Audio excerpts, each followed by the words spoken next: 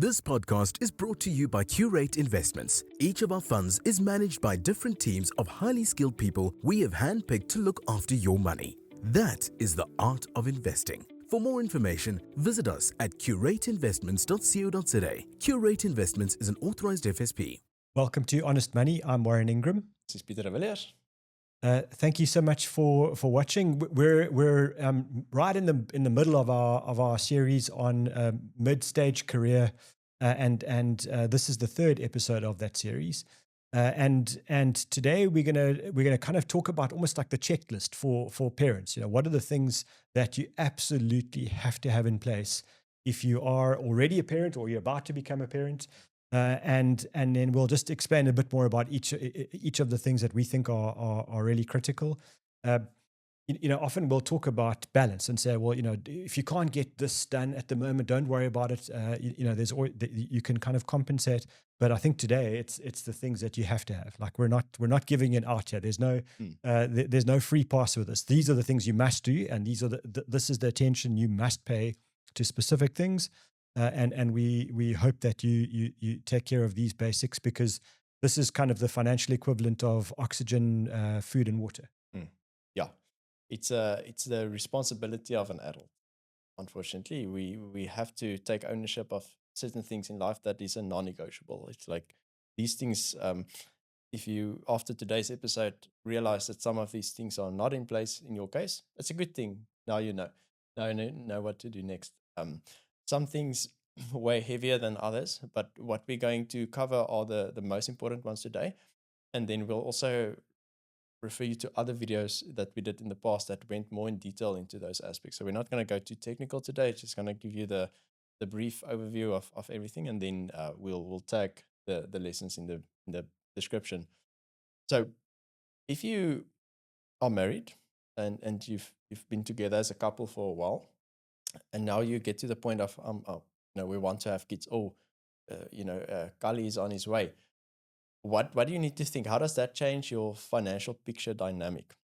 So first of all, we've talked about the budget and pay off debt and emergency funds. So that should be covered. But what we're more now going to focus on is from a protection point of view. Because remember, Kali needs to go to school, primary, pre-primary, primary, high school, tertiary education. Kali needs to eat. Kali needs to develop as a child. So your monthly expenses already becomes inflated. Now that can be worked into the budget if everything goes well. But what if something doesn't go according to plan? What if something happens to you? Most likely what's going to happen is, if you have a child, one of the spouses need to step down and stay at home to raise the kid, especially if there's more than one child. And then the dynamic changes to one person being the main breadwinner. Now, if the plan works when everything is still going well, that's great. But if something happens to the main breadwinner, and anything can happen in today's day and age, we can't predict stuff like that. But there's kind of two main things. The first one is become disabled. So in a car accident, you can't do what you are currently doing. So you're exchanging value to society through a mixture of your skills, knowledge, experience that you've built up. There's a problem that you solve in the world. In exchange for that value that you add, you get paid a salary, and that funds your lifestyle and your retirement and all of that. So I think let's start with that one. If you can't do what you are currently doing, what are the consequences of that, and what do you need to have in place to protect that? Consequences are it's really bad. Yeah, it sucks. It sucks. Yeah. So we're talking about how you actually protect the income that you earn. Yes. And so the industry jargon for this stuff will then usually be your income protection or disability, capital disability. Now these are the real proper insurance products, and that's not a swear word. In this case, this is something you have to do. If you're not sitting with lotto money or huge inheritances, then protecting your income so that your loved ones who are still going to be with you, and I mean the fact that you can't earn a salary anymore doesn't mean that they don't have expenses, that you don't want them to be provided for.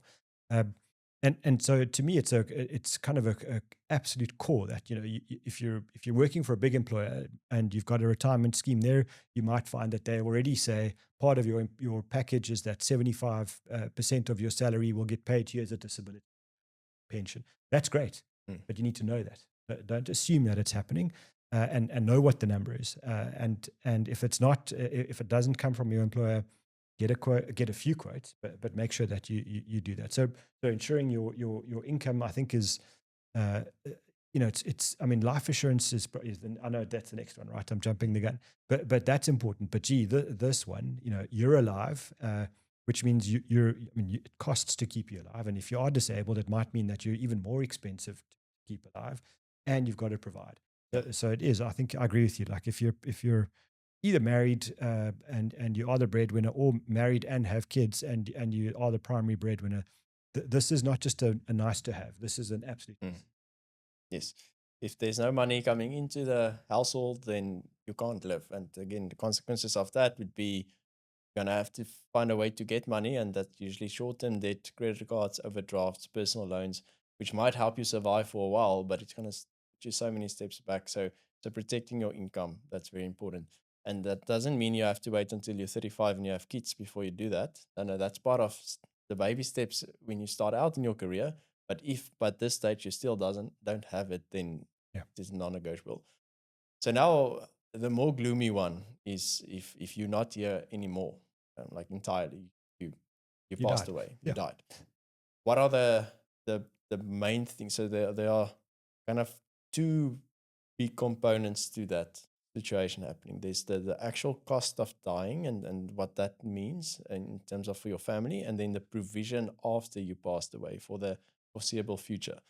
So I'll start off with saying that if you have a child or you about to get one and you don't have a will, you have to get a will. And it's not difficult to set one up. It's going to take a bit of time, but it's very important, because if there's no clear instruction as to written in and signed in wet ink what needs to happen to my assets that I've built up over time that need to go to my family and my beneficiaries, that estate will be frozen up. It will go to the government. It will take years to resolve. And if you are the main breadwinner and your family is obviously depending on your assets, your income from your investments, they're going to be left destitute, and they're going to have to follow the whole debt route or be reliant on family. So a will, even if you are rich and you have a lot of money, you don't have a will, you're putting them in financial destitute, because just the time delay of them having to have access to your assets is going to cause them financial strain.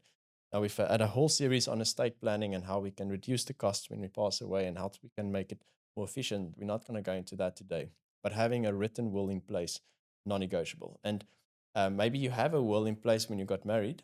Now you have kids. That changes the game. It's a big life transition. Revise your will. You have to now think about, all right, so what if me and my partner passes away together, maybe in a car accident? Who's going to take care of Kali now? Who's the guardian?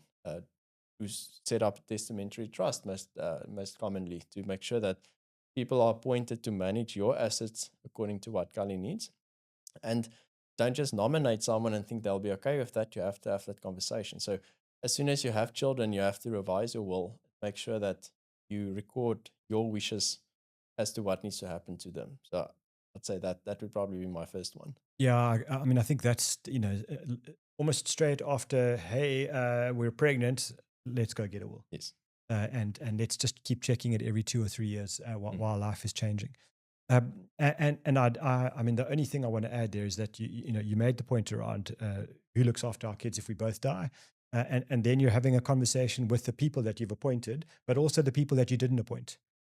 Because that rather you tell, let's say you've decided it's not your parents, and I don't always think that's a great idea. Actually, I think it's often a bad idea. You got to tell your parents. Say we've chosen a sibling or family friends that are the same age as us, because we don't want our kids to be raised with a 2-generation gap, something like that. But have the conversation with everybody, and don't leave that trauma to later. And then I guess the cheaper one most of the time would be life cover. So you've died. You're not worrying about providing for your income, but you're worrying about providing for covering the debts that you've got, and then capital to leave behind, so that there is money for your spouse and your children to then live an uncompromised, financially uncompromised lifestyle. And that's again, it's interesting that life cover is a lot cheaper usually than disability cover. And if you work for a big company, again, they might say to you, there is I think it's 2 or 3 times your annual salary that they'll pay. I'm not convinced that that's enough most of the time, especially if you're young. So it's extremely cheap insurance, and it's great. It's a wonderful benefit to have, and you certainly want it. But I think you want to consider more life assurance. And when you don't have assets, all you've got are future liabilities. So if you don't owe money to a bank or anybody like that, that's okay. But you've got a whole career of earnings, and if you die and you're young and you've got family and they've got no capital, you need to then protect against that future liability of not earning. So I mean, I always think maybe I wanted to say that with a disability cover as well. Don't just accept the first thing that comes past your table. The first person to send you an email, and they were nice, and they were so friendly to me, and etc. That they must be great. I trust them because they got a good smile. No, 3 quotes at least from 3 separate companies, and get an understanding of what's involved. Because it's amazing. These companies don't all offer the same thing at the same price. They can vary in price, and the same company could change its pricing from year to year. So please get quotes on those. I think but I think I just want to say, like, your will, even if it costs you like $1,000 or 2,000 rand, they don't have to cost you money, but if it does, it's money well spent, and it's a huge investment in your family's future, and it feels so irresponsible to me that people don't do this, and like, we don't want to lecture you, and if you haven't got a will, please just get one. Yeah, and actually, it's Will's month. Now, at the date of recording, it's what's the 2nd of September. Yes, so it's Will's month. So a lot of providers will actually send out adverts now if you don't have a will. And if you go to a lawyer firm, you can pay them to set it up for you. Or usually with most of the providers, if you nominate them as the executors, they won't charge you a fee for the will. And then, there's a professional that will look after it. So that's very important. And also, on the point with life cover, it's also not like a number that you thumbs up and think, yeah, I need 1 million or I need 10 million. What needs to happen is whoever helps you with that, they need to spend time having a conversation with you to understand what your unique situation is. So first of all, what do you have, the assets that you have, because there's some estate costs that needs to be paid, or the debt that you have, but also what you anticipate you want to provide for your kids. Do you want to provide everything for them? So draw up a budget of school fees and extracurricular activities and university fees, and there's a calculation we need to do to quantify that. And your spouse, let's say you're married and you're 30 years old, you've got your first child. Would you want your spouse to be financially secure until they are like 100 years old, or only for 10 years? Because you were to pass away, maybe they can remarry. So these are conversations to be had before that number even gets quantified and before the quotes are even sourced. You need to understand, what are your needs? What are you providing for in case of death? Maybe there are some assets that you want to sell off that will kind of self-insure you. And if you have that through your employer, that also needs to be taken into account, because you also don't want to be double insured. But I think life cover is one of the most cost-effective ways to just mitigate that risk and bring a lot of peace of mind, knowing that if I'm not here, at least my family should be secure. What will happen is the life cover will pay out tax-free, and then a portion of that will be used in the immediate term to pay off costs and taxes and fees and debt, and the rest will be invested, and your spouse family will draw an income from that if they need it at that point, or it can just help them for their retirement. So just make sure that whoever helps you do a proper job, and they worth their salt with the money that they'll earn from the policy. So life cover, disability cover. Then there's also kind of like the immediate threats that we have with our assets. So the house burning down, or the car and being an accident. These are big financial risks that's going to cost a lot of money. And this is not typically where short-term insurance comes in. So making sure that this is something as an adult every year you need to do. Go through your short-term insurance policies, make sure it's still relevant to what your needs are. We made videos on that we went into depth. but ensuring your short-term risks, that if something happens to your car and it's written off, not going to derail your own retirement plan. And it's also, I wouldn't say it's a cheap type of insurance. It can get quite pricey, but relative to the risk of your house burning down, and you don't have a house to stay anymore, that could be very detrimental to your financial future, especially if you've been dedicating a lot of money towards paying off that house and now it's not there anymore. And then last one would probably be medical aid. Medical expenses can be quite high. So when you get, maybe when you're young and healthy, a basic hospital plan would have been fine. But I do think once you start having kids, it's a time to consider maybe upgrading to something a bit more comprehensive. There are obviously a lot of more medical needs involved with having a child, like going to go to the checkups and the delivery of the baby and postpartum care. So those things you can fund out of your own pocket, but it can get quite pricey. So I would say revise your medical needs as well, and gap cover is very important at that point. Yeah, and I think it's one of those things. If you've got the opportunity and you are a planner around this stuff, you do plan to have children, then upgrading in advance makes a lot of sense to me. And just understanding all the intricacies of these things, because it's interesting how medical aids they get quite a bad reputation, and often deserved, for not paying for a lot of stuff. But equally with pregnancies, they do seem to cover quite a bit. But it's understanding what is covered and understanding what the benefits are if you upgrade, how much of a difference it can make. The only thing I can tell you is that parents are always saying they are so surprised at how expensive it is medically to do all this stuff. So there, I mean, the number of tests that they want you to go through while you're pregnant, and then what they want the tests to do on the babies afterwards, and all of that. So it's the care, but also all the testing and all the preventative stuff that they do nowadays, the screening, etc. So I think it's just worth doing the homework and being prepared. I do want to say you've got to also think through. I said it in a previous episode, sort of jokingly, but also accommodation. So is the place we stay in big enough? Is the car we drive, does it have the baby seats and all? Is it safe enough, and all of those things? So those are physical things, and they're not sometimes not an absolute necessity. So you don't have to kind of move into a 3-bedroom place if you're a couple and you're about to have one baby. But it's starting to think about that. Is this where we want to be? I think just we've covered schooling before in a previous episode, but also is our accommodation going to be in a place that's close to good schools? And are we okay with that? Are we because I think one thing I've learned is, depending on where you live, getting your kids into good schools is extremely difficult. Yeah. So living very, very close to a school, number one, it saves a lot of travel and logistics issues, but number two, improves your chances of getting your child into the school. So I think that those are also, for me, over and above the tick boxes, this is maybe a more general life planning conversation as well. Is just take care of those basics, have the conversations, and then you're not reacting and trying to make a million decisions, because it seems to me it's a bunch of decisions at the start, then it's a bunch of decisions when the baby's born, then it's about 2 or 3 years old when you start thinking about pre or grade R or whatever it's called now, grade triple naught or whatever, then it's the junior school, then it's the high school, then it's the varsity, and you just get into this string of decisions. Starting correctly on the beginning, at least it makes some of those things a bit simpler, and hopefully you make constructive decisions from the front foot. And I think what hopefully what you're getting from this episode is what we're alluding to is being proactive and not reactive. If you are in the space in your life where you want to get kids, it's not the same anymore. Like at the brink of the whim, yeah, let's have kids, let's do it. That's fun.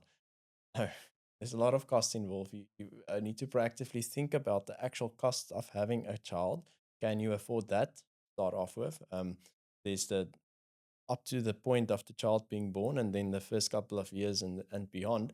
So I don't have the exact numbers of what it will cost to actually just have a child, but I can imagine if you include everything from buying a cot and baby clothing and diapers and the delivery, I mean, probably between 30 and 50K. I don't know if you've got some numbers that, from what I've read, just to prepare for the valley to be there.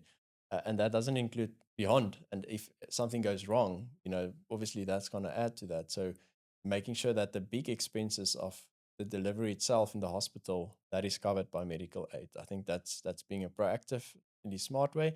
As you said, like your house and your car, it's important factors to think about. You'll probably be fine from a housing perspective if it's a small apartment for those initial couple of months or maybe years when the baby is not taking up that much space. But car is then very important. You can't be driving a skedonkie if you have a baby on board, an unsafe car that's old. Then it makes sense to actually think about getting a more secure car, even if it's a bit more expensive, because then your main priority is safety and making sure the baby will be fine. But that's also something we need to plan for. So we can't have baby yet when you don't have those steps in place. So you're probably never gonna be ready to have a child. Can't be perfectly prepared. It's impossible. Not emotionally, not financially, not psychologically, but there are some things to think about. And like what we talked about, medical aid, insurances, those things will go up. So it's good to actually then draw up like a future budget almost of what these costs might be, and then see in your current earning capacity, will this make sense for you? Or if not, what other things do we need to then kind of make trade-offs to make this possible? Because said in the first episode in the series, can't have everything at once. You have to then decide, okay, well, having a baby is very important to us now. We're not getting any younger, but that might mean we need to sacrifice a bit of traveling for now, because we need to allocate our cash flow elsewhere. And first and foremost, having a clear understanding of what those costs might be. And I'm sure if you go onto Google, or chat is the new thing these days, ask what will it actually cost to have a child, and then be proactive in that approach. And if you are in the position where you didn't have the time to plan, if the baby's just arrived and it's now happened, then my first piece of advice is just take a breath, and then secondly, just get the will done. In order of priority, you want the will done. Just make sure that's taken care of. Then look at the disability, important, then your life cover, and then and so on and so on and so on. So you won't get through everything at once. You're probably not sleeping much after a little while, and so again, it's just about being methodical, being intentional. Like, write a list. Do one small thing every day that you can get through all of the stuff. It seems overwhelming if you were to watch this episode and you've done nothing. And we're not saying you're going to get everything done in one shot, but you can do quite a bit every day. If you just do, if you look at a week and you say, I'm just going to do one small thing a day for a week, you can accomplish it. Yeah. And maybe if we touch on kind of baby is here, Kali is here, what do we do then? So we've talked about like the power of compound interest in the previous episode. If you open a tax-free savings account once Kali is born and you start putting money into that, how that will compound, and almost to the extent that Kali won't have to lift a finger his life to retire. That's how powerful that can become. So from a kind of balancing this out in terms of providing for their future, let's say their retirement or their education, I think probably the immediate needs is always going to be priority. If you look at Maslow's hierarchy of needs, baby needs to eat, baby needs to have a safe environment, security, all of that. And as we move up the pyramid, we get to kind of tertiary education, right? If we start saving earlier, it's going to be a lot less of a cash flow constraint than starting 10 years later.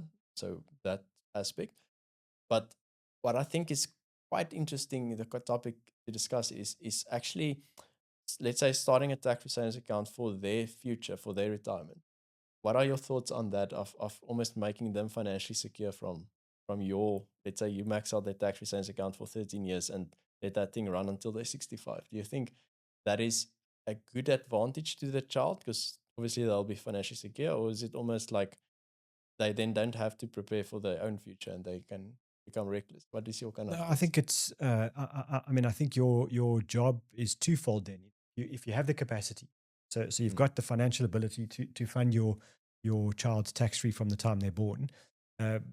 It's not fire and forget. In other words, it's not just doing the money. You've got to make them watch every single episode of Honest Money there ever was, and they've got to earn the money by education. So your job as a parent is not done with the number. It's done by saying to them, explaining how spending plans work, explaining that that money is only really available to them somewhere around age 55. They've got to live and generate an income and work hard, and so I think that parents often think that the numbers are the thing, and actually there are lots of stories about billionaires, children inheriting and blowing the money. And so, yes, I think it's a great idea, but it's not a great idea in isolation. And so if you can ingrain in your children the philosophy of being a custodian of money and understanding that they have to look after it and tend it and grow it and prune it and respect it, and then it will look after them, that's a great idea. So, and the one thing always, like when parents, with very young children always say to me, but what happens if, I realize my children are going to be lousy with money? Remember, you control everything for 17 years, 364 days. So if you get to, they're 17 years old and you've tried the education and all of those things, and you realize that your children are going to blow the money the day they turn 18, you can pull the trigger. You can not on your child, on the money, and just say, okay, I'm liquidating this on your behalf, and I'm going to put it into something that you can only touch when you're 65 or something. You can do something different. Yeah. So it's not as if you're stuck with them getting the money at 18 and then blowing it all. I like what you alluded to there. It's more so about, when you talk about securing their future, it's not just the numbers. It's not just adding this amount into this investment and watching it grow. It's about teaching them how to manage money well. And I mean, hopefully the school system would have evolved by that time, that will be embedded into the curriculum. But if not, it's your responsibility as a parent, talking about responsibilities today, to teach them how to manage the money that you're working very hard for them to make it work for their future. Involve them in the process, help them understand how it is. Because I think, if you can just set them up for financial success from a financial acumen, knowledge type of position, once they start working, they're going to be so far ahead in life. And no quantifiable amount can beat that. It's the skills to build their own financial future. Yeah. So even if you are not able to save anything for them, then spend time, teach them, let them watch all of these episodes. We've got a whole database that will keep them busy. So yeah, that concludes today's episode. So a lot of things to think about. And in the next episode, the final episode in our series of the mid-career, we're going to cover things to think about if you inherit money. So let's say now you are in that age group where your parents are a bit older, they pass away, you inherit a lump sum. What do you think about that situation? What needs to happen, and what are the considerations and maybe the mistakes to avoid that we see every day? So yeah, thank you so much for watching today. We hope to see you next time. Thank you so much. Please don't forget to keep giving us your comments, your feedback, so we can improve the show and give you the content that you want to watch. Thank you so much. Bye-bye. This podcast is brought to you by Curate Investments. Each of our funds is managed by different teams of highly skilled people we have handpicked to look after your money. That is the art of investing. For more information, visit us at curateinvestments.co.za. Curate Investments is an authorized FSP.